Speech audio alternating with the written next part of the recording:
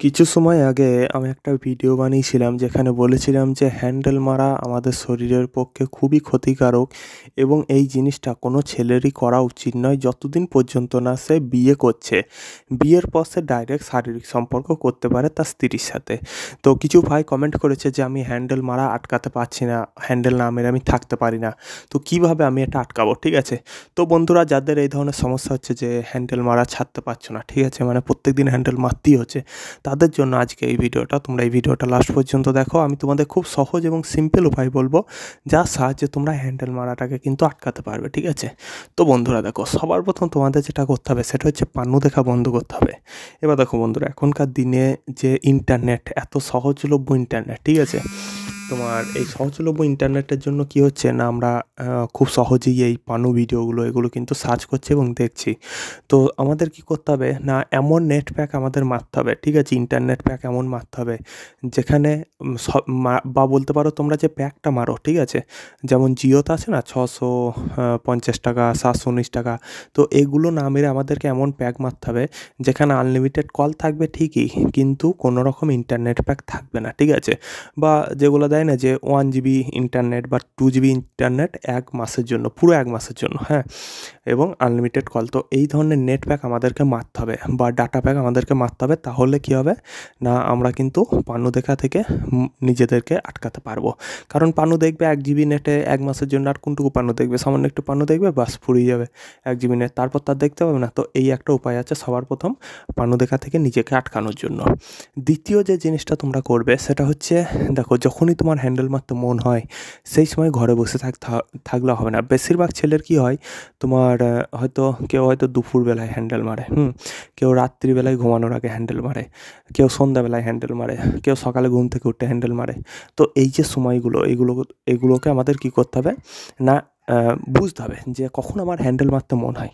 এবার ধরো কোনো একজন ছেলে, তার অভ্যাস হচ্ছে প্রত্যেক দিন সকালবেলায় ঘুম থেকে উঠে হ্যান্ডেল মারা। তো তাকে কি করতে হবে না, ঘুম থেকে উঠে বিছানায় বসে থাকলে হবে না।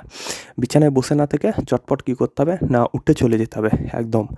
আবার কারো ধরো দুপুরবেলায় মানে ধরো ভাত মাত খাওয়ার পরে বা ধরো স্নান করার আগে ধরো হ্যান্ডেল মারে, তো তাকে কি করতে হবে, তোমার ওই টাইমটাই ঘরের মধ্যে একা বসে থাকলে হবে না। নিশ্চয়ই প্রত্যেকটা মানুষ নিশ্চয়ই হয় ঘরের মধ্যে একা বসে, নাহলে বাথরুম ঘরে চুপচাপ হ্যান্ডেল মারে। তো একা বসে থাকলে হবে না। আর বাথরুম ঘরে যদি হ্যান্ডেল মারার অভ্যাস থাকে, তাহলে বাথরুম ঘরে যাওয়া মাত্র সবার প্রথম কী করতে হবে, নিজের গায়ে জল ঢেলে নিতে হবে। হ্যাঁ, ঠান্ডা জল যখনই তুমি ঢালবে না নিজের গায়ে, তখন দেখবে তোমার এই যে এই যে কামের যে ক্ষুধা সেটা কিন্তু কমে আসবে, ঠিক আছে।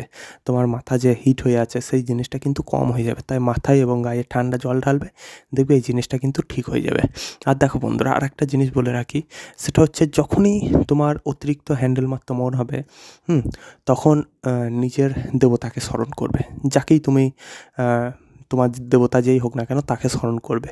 তাহলে দেখবে তোমার কিন্তু এই যে হ্যান্ডেল মারার যে মানসিকতা সেটা কিন্তু অনেক বেশি কমে আসবে, ঠিক আছে। তোমার দেবতা যেই হোক কেন, শিব হোক, নারায়ণ হোক, হ্যাঁ, দুর্গা হোক, কালী হোক, তাকে স্মরণ করবে। তাহলেই দেখবে তোমার এই যে মানসিকতা, হ্যাঁ, খারাপ মানসিকতা, সেটা কিন্তু দূর হয়ে যাবে।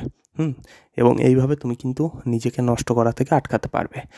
আর দেখো বন্ধুরা, নিজের মনের জোর চাই, হ্যাঁ, শুধু এই যে টিপসগুলো বললাম এগুলো ফলো করবো আর হ্যান্ডেল মারবো না, এমনটা করলে খুব কঠিন। শুধু এই টিপসগুলো ফলো করলাম না, তার সাথে নিজের মনের জোর চাই।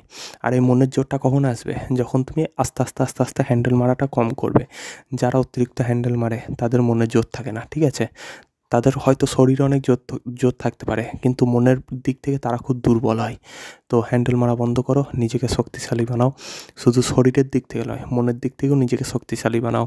এবং তারই সাথে বিয়ের পর যাতে তুমি তোমার স্ত্রীর সাথে ভালো করে শারীরিক সম্পর্ক করতে পারো, তার জন্য কিন্তু হ্যান্ডেল না মারা খুবই জরুরি। না মারা বলছি না, কিন্তু না মারা, হ্যান্ডেল মারলে হবে না।